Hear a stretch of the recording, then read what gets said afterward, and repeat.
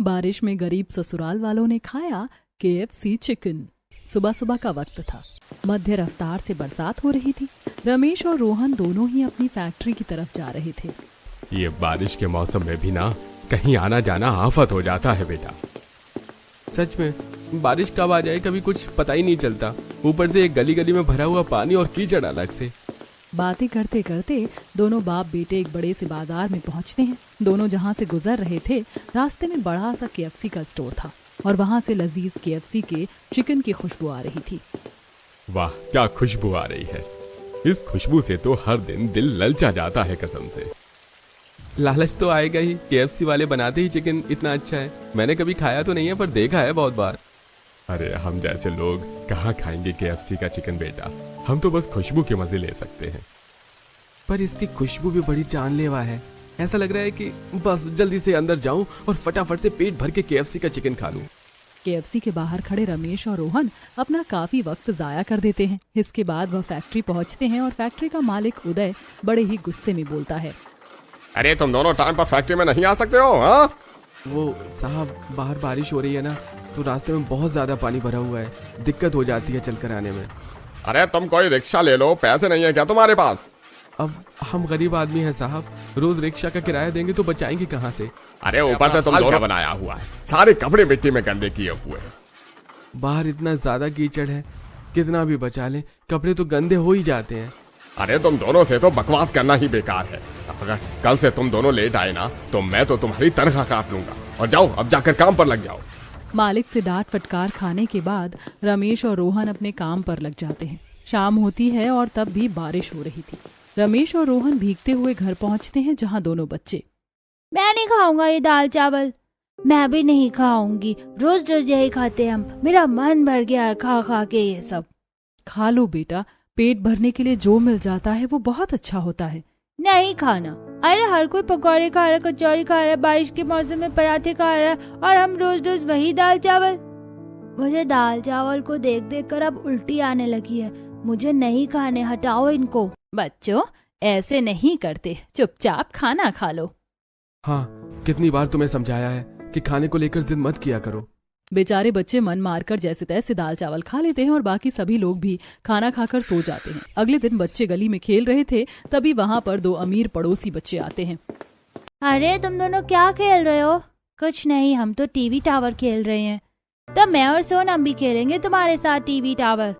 ठीक है तो फिर आ जाओ, चलो खेलना शुरू करते हैं। सभी बच्चे आपस में टीवी टावर खेलना शुरू कर देते हैं। कुछ देर बाद अमीर बच्चों की दादी उर्मिला उनके पास आती है।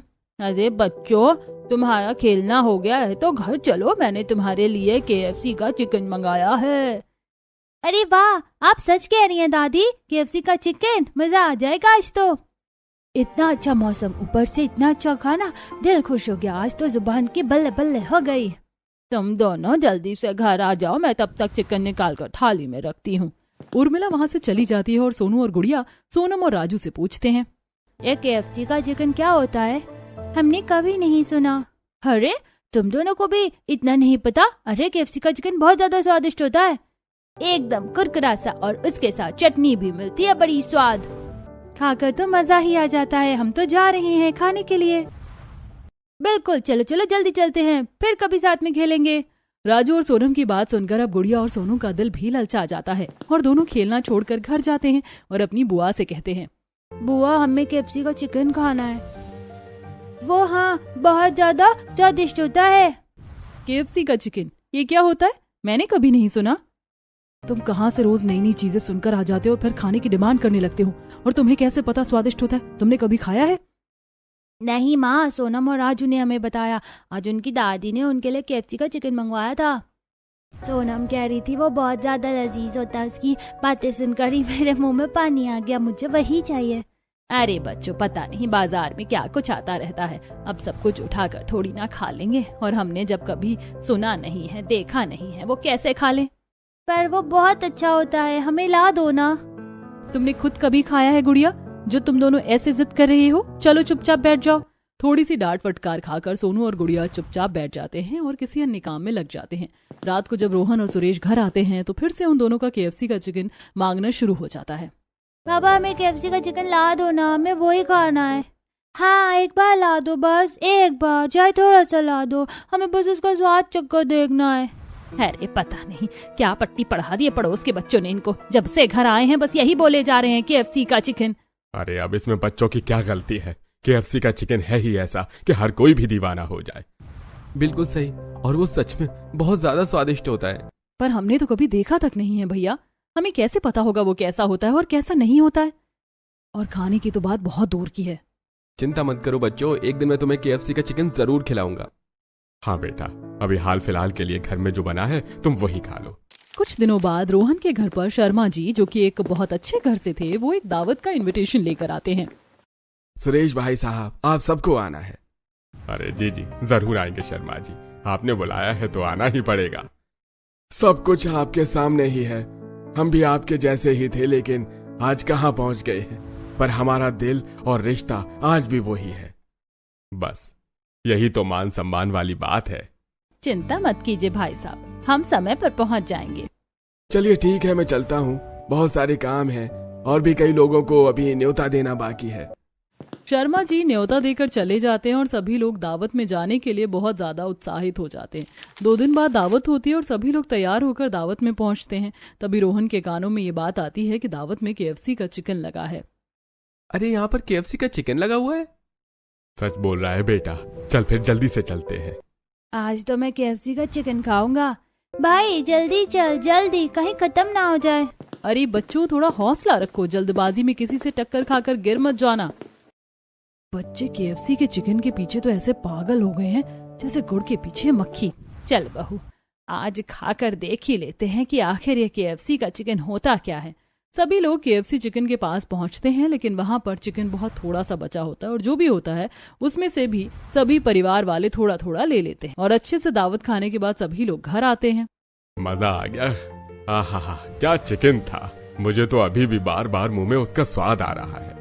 सच में ही मुझे नहीं पता था कि KFC का चिकन ऐसा होता है। ऐसा चिकन तो मैं हर दिन खा सकती हूँ। हमारे बच्चे बिल्कुल सच बोल रहे थे, ये तो लाजवाब है, लाजवाब। देखा, मैंने कहा था ना, ऐसे ही थोड़े ना हम जिद कर रहे थे KFC के चिकन खाने की। थोड़ी और बातचीत करने के बाद सभी लोग सो जाते हैं। दिन गुजरते चले जाते हैं और एक दिन पायल घर पर नॉर्मल चिकन बना देती है। अरे बहू, वो KFC का चिकन खाने के बाद तो अब मेरा सादा खाने का मन नहीं कर रहा है। सच में भाभी, आप भी वैसे ही चिकन बना दो। वो चिकन तो क्या चिकन था। हाँ माँ, घर पर बना दो ना, फिर पेट भर कर खाएंगे। उस दिन तो बहुत थोड़ा मिला। KFC सुनते ही मेरे अंदर कुछ कुछ होने लगता है। अब मैं कहाँ से बना दूं वैसा चिकन? घर में जो कुछ था मैंने तो उससे ही बना दिया। अब यही है, इसे ही आप लोग खा लीजिए। पायल की बात सुनकर सभी लोग चुप हो जाते हैं और जो बना होता है उसे ही आराम से खा लेते हैं। दिन गुजरते जाते हैं और एक दिन सुबह जब रोहन और सुरेश फैक्ट्री पहुंचते हैं तो वहाँ मालिक उदय गुस्से में बोलता है, मुझे पता है आप ऐसे ही कुछ लोग हैं जो फैक्ट्री में से बेकार सामान को चुरा कर उसे बेचकर तनख्वाह से ज्यादा पैसे अपनी जेब में भर रहे हैं। ये कैसी बात बोल रहे हैं साहब? भला ऐसा कौन कर सकता है फैक्ट्री में? क्या पता बेटा कौन कर रहा है, हम दोनों तो ईमानदारी से काम कर रहे हैं, हमें क्या ही मतलब है। अरे जिस दिन वो लोग मेरे हत्थे चढ़ गए ना, उस दिन मैं उन्हें फैक्ट्री से ऐसा बेइज्जत करके निकालूंगा कि आप सब लोग देखते रह जाएंगे। उदय की बात सुनकर फैक्ट्री के सभी लोग डर जाते हैं, लेकिन सुरेश और रोहन सामान्य रूप से अपना काम करते रहते हैं। शाम को दोनों बाप बेटे घर जा रहे होते हैं तो गलियों में पानी बहुत ज्यादा होता है। इस पानी में और नहीं चला जा रहा है, कुछ समझ नहीं आ रहा कहाँ पर गड्ढे हैं और कहाँ पर जमीन है। सच में बारिश ने तो इस बार बुरा हाल कर दिया है, ऐसे ही चलता रहेगा तो काम कैसे करेंगे। पहले घर तो पहुंचे, कहाँ पहले आधे घंटे में घर पहुंच जाते थे, कहाँ अब 2 घंटे लग जाते हैं हमें घर जाने में।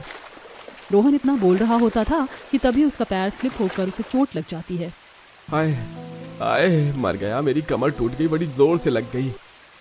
अरे बेटा तू ठीक तो है ना, थोड़ा देख कर चल बेटा। अरे अब और कितना देख कर चलूं पापा, आंखों में फिल्टर थोड़े लगाए जो कीचड़ के आर पार देख लूं।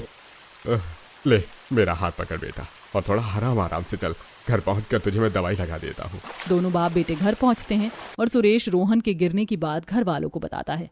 ये बारिश तो आफत बन गई है, ना खुद बंद होती है ना हमें कुछ करनी देती है। जी आप लेट जाइए, मैं आपकी पीठ पर मलहम लगा देती हूँ, आपको आराम मिलेगा। हाँ मलहम लगा दो, सुबह काम पर भी जाना है, वरना फैक्ट्री का मालिक तो सुना सुना कर ही खून पी जाएगा। जाने कब इन हालातों से हमें छुटकारा मिलेगा, पर उससे पहले बस मौसम से छुटकारा मिल जाए। अनगिनत परेशानियों और बरसात की समस्याओं से घिरा हुआ रोहन का परिवार जैसे तैसे अपना जीवन बिता ही रहा होता है। एक शाम सुरेश और रोहन को पगार मिलती है और पायल उस दिन खाने में मटर पनीर बना देती है, लेकिन सोनू और गुड़िया उसे देखकर मुंह बना लेते हैं। यह क्यों बनाया है? हमें नहीं खाना ये। आप KFC का चिकन नहीं बना सकती क्या माँ? वो नहीं आता आपको बनाना? बेटा पर आज तो मैंने दाल चावल नहीं मटर पनीर बनाया है, फिर तुम दोनों ऐसे क्यों बोल रहे हो? क्योंकि हमें KFC का चिकन खाना है, आप जानती नहीं है क्या? आप क्यों नहीं बनाती हैं? हर कोई खरीद कर खा रहा है, बस हम ही नहीं खा रहे हैं। बेटा तुम्हें कितनी बार कहा है कि खाने का अनादर नहीं करते हैं। हमें खाना है KFC का चिकन ही खाना है, वरना हम कुछ नहीं खाएंगे। खाएंगे तो बस KFC का चिकन खाएंगे, हमें वही ला कर दो। बेटा शांत हो जाओ, चुप हो जाओ। नहीं, KFC वही खाएंगे, ला कर दो। पायल को गुस्सा आ जाता है और वह अपने दोनों बच्चों की गाल पर जोरदार तमाचा मार देती है और बच्चे रोने लग जाते हैं। क्या कर रही हो पायल? बच्चे हैं और वो बच्चे तो जिद कर ही लेते हैं। लेकिन इन बच्चों को इतनी समझ तो है ना कि ये अपने घर के हालातों को समझे। हम नहीं खा सकते हैं KFC का चिकन। हो जा बहू, शांत, इसमें बच्चों की कोई गलती नहीं है। अब कोई चीज अच्छी है तो हर कोई उसके पीछे जाएगा ही। हाँ बहू, बच्चों पर हाथ मत उठा, कोई बात नहीं, जाने दे, माफ कर दे। बच्चों को रोता देखकर अब पायल को बहुत बुरा लगता है और वह उन दोनों को अपने गले से लगाकर बोलती है, अच्छा चलो सॉरी, मैंने तुम पर हाथ उठाया। चलो मैं तुम्हें आइसक्रीम खिलाकर लाती हूँ। मेरे दोनों प्यारे बच्चे आइसक्रीम खाएंगे ना? मैं मैंगो वाली खाऊंगी और मैं दूध वाली खाऊंगा। ठीक है, मैं दोनों को आइसक्रीम दिला दूंगी। चलो चलते हैं। पायल अपने दोनों बच्चों को लेकर बाजार पहुंचती है और इससे पहले कि दोनों आइसक्रीम के ठेले तक पहुंचते तभी रास्ते में KFC का स्टोर आ जाता है और उसकी खुशबू से दोनों बच्चे स्टोर के बाहर ही जम जाते हैं। हाँ, मुझे आइसक्रीम नहीं खानी है, KFC का चिकन भी खिला दो मुझे। हाँ माँ, देखो ना, यहाँ पर तो दुकान भी है, खिला दो ना माँ। लेकिन मेरे पास बस 20 रुपए हैं बेटा, जिसमें तुम दोनों की आइसक्रीम ही आएगी। माँ खिला दो ना, प्लीज खिला दो ना। फिर कभी जिद नहीं करेंगे, खिला दो ना माँ, आज खिला दो बस। चुप हो जाओ, तुम जानते हो मैं अभी ये नहीं खरीद सकती हूँ। मान जाओ ना माँ, चली जाओ ना, ले आओ ना। लगता है बच्चे ऐसे नहीं मानेंगे। एक काम करती हूँ, अंदर जाकर पता कर लेती हूँ कि सबसे सस्ता चिकन कितने रुपए का है, फिर जब पैसे जमा हो जाएंगे तो मैं ले आऊंगी। माँ जाओ ना, अंदर जाकर चिकन लेकर आओ। अच्छा ठीक है, मैं अंदर जाती हूँ, तुम दोनों यहीं रुकना। पायल अंदर जाती है और अंदर का नजारा देखकर उसे थोड़ी हिचकिचाहट होती है, जिसके बाद वो काउंटर पर जाती है और बोलती है, यहाँ पर सबसे ज्यादा सस्ता चिकन कितने रुपए का है और उसमें हमें कितनी क्वांटिटी मिलेगी? मैडम 300 रुपए से स्टार्टिंग है। 300 रुपए में आपको 2 पीस, मेरा मतलब 2 टुकड़े चिकन के मिलेंगे। 300 रुपए में 2 टुकड़े तो बहुत ज्यादा महंगा है। पायल खाली हाथी KFC से बाहर आ जाती है और दोनों बच्चे फिर से रोने लगते हैं। आप खाली हाथ क्यों आ गई? बाहर लेकर क्यों नहीं आई? हमें यहाँ खड़ा करके चली गई और चिकन भी नहीं लाई। बोलो ना, क्यों नहीं लाई माँ? क्योंकि ये बहुत ज्यादा महंगा है, मैं इसे नहीं खरीद सकती हूँ। चलो घर पर, अगर आइसक्रीम खानी है तो खाओ, वरना अपना मुंह बंद कर लो। अब नहीं खानी आइसक्रीम, रखो आप अपने 20 रुपए अपने पास। चलो घर जाना है हमें। उदास हुए दोनों बच्चे वापस पायल के साथ घर आ जाते हैं और पायल को भी अपने बच्चों का उदास चेहरा देखकर बहुत बुरा लगता है, लेकिन वह उन्हें रास्ते में आइसक्रीम दिलवाती है।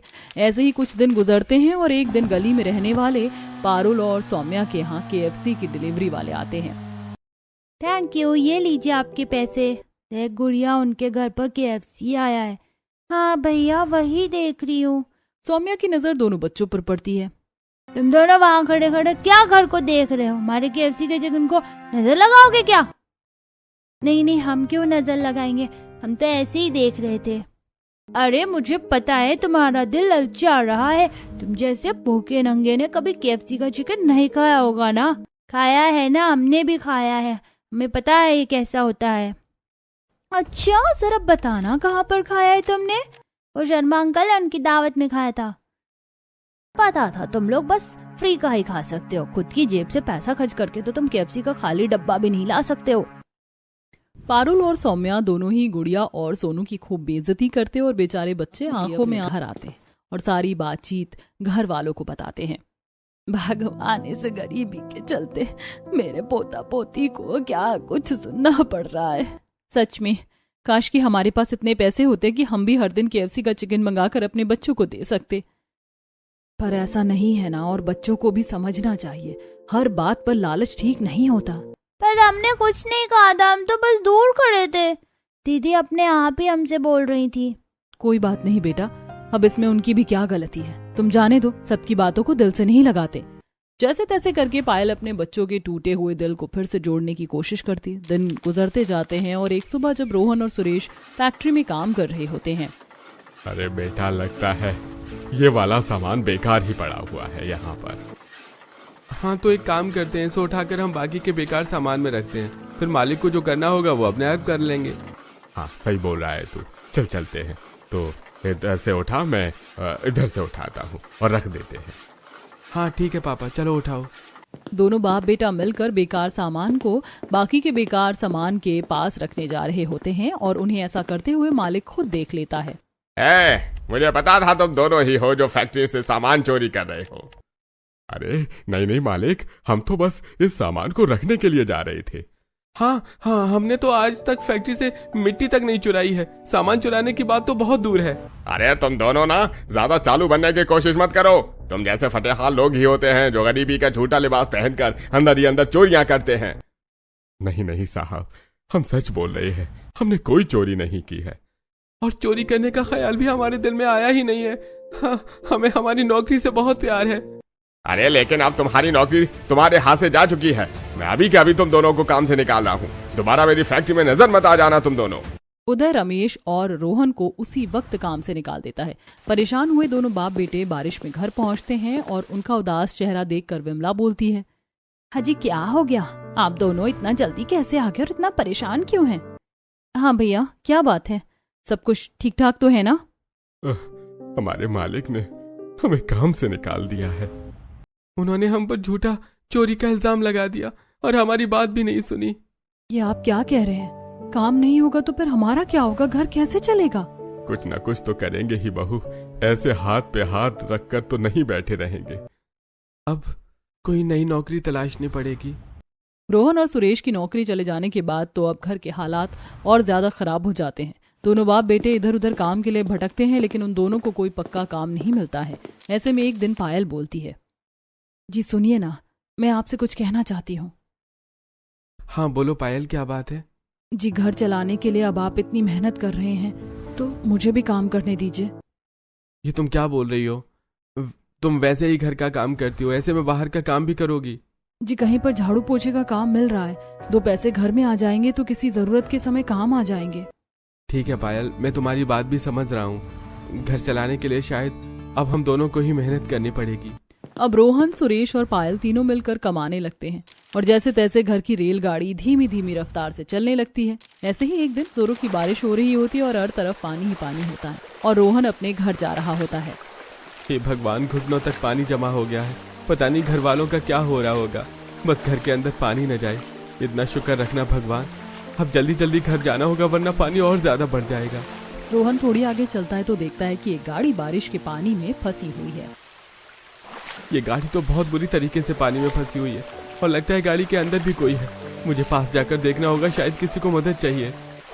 रोहन गाड़ी के पास जाता है तो अंदर एक मनीष नाम का आदमी बैठा होता है जो जोर जोर से शीशे पर हाथ मार रहा होता है। अरे मुझे बाहर निकालो, पानी में फंसने की वजह से मेरी गाड़ी ठंडी होकर बंद हो गई है। अरे मेरा दम घुट रहा है, मुझे बाहर निकालो। साहब चिंता मत करो, मैं आपको बाहर निकालता हूँ, थोड़ा हौसला रखिए। रोहन गाड़ी का शीशा तोड़ने के लिए इधर उधर कुछ देखने लगता है, लेकिन पानी की वजह से उसे कुछ नजर नहीं आता है। मैं क्या करूं? अरे इन साहब को गाड़ी से बाहर कैसे निकालूं? अरे अगर थोड़ी और देर हो गई तो दम घुटने की वजह से ये अंदर ही बेहोश हो जाएंगे। एक काम करता हूँ, हाथ से ही शीशा तोड़ देता हूँ। रोहन जोर से शीशे पर 2-4 मुक्के मारता है और गाड़ी का शीशा चकनाचूर हो जाता है। जिसके बाद रोहन मनीष को सही सलामत गाड़ी से बाहर निकालता है, लेकिन उसका हाथ लहूलुहान हो जाता है। तुम्हारा बहुत बहुत शुक्रिया, तुमने हमारी जान बचा ली, अपनी परवाह किए बगैर मुझे बचा लिया। अरे कोई बात नहीं साहब, ये तो मेरा फर्ज था।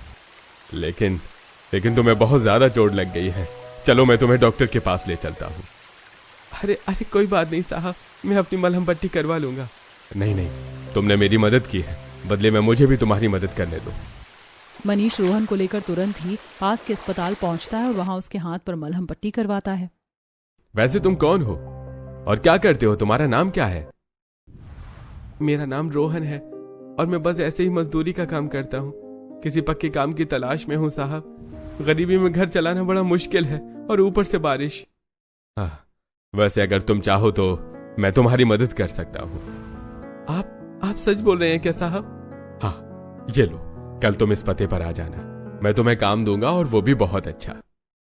मनीष से वह कार्ड लेकर रोहन अपनी जेब में डाल लेता है, जिसके बाद वह घर आता है और रोहन की चोट देखकर सभी घर वाले डर जाते हैं। जिसके बाद रोहन अपनी और मनीष की मुलाकात के बारे में घर वालों को बताता है। जी, किसी की इतनी भी क्या मदद करनी कि खुद को चोट पहुंचाया जाए। अरे कोई बात नहीं, किसी का भला करने से हमारा भला ही होता है, भगवान भी यही कहते हैं। पर बेटा, इतना ज्यादा भला भी नहीं करना चाहिए। वो तो शुक्र है कि वो इंसान अच्छा था जिसने बदले में तेरी मदद की। हाँ भैया, वरना कोई किसी की फिजूल मदद कभी नहीं करता है। अब देखते हैं ना, कल उस आदमी ने जिस पते पर बुलाया है वहां पर जाऊंगा, क्या पता कुछ काम मिल जाए। कुछ देर बाद सभी लोग खाना खाकर आराम से सो जाते हैं। अगले दिन रोहन उस कार्ड पर लिखे हुए पते पर पहुंचता है तो वह और किसी चीज का नहीं बल्कि KFC के एक स्टोर का ही पता था। रोहन अंदर जाता है और सामने ही उसे मनीष मिल जाता है। अरे अरे रोहन, आ गए तुम? तुम्हारा ही इंतजार कर रहा था। हाँ साहब, मैं आ गया, लेकिन आपने मुझे यहाँ क्यों बुलाया है? यहीं पर तो मैं तुम्हें काम पर लगाने वाला हूँ। ये मेरा ही स्टोर है, ये KFC मैं चलाता हूँ, यहाँ का मैनेजर हूँ मैं। अच्छा, तो इसका मतलब मुझे KFC में नौकरी मिलने वाली है? हाँ, क्यों, क्या हो गया?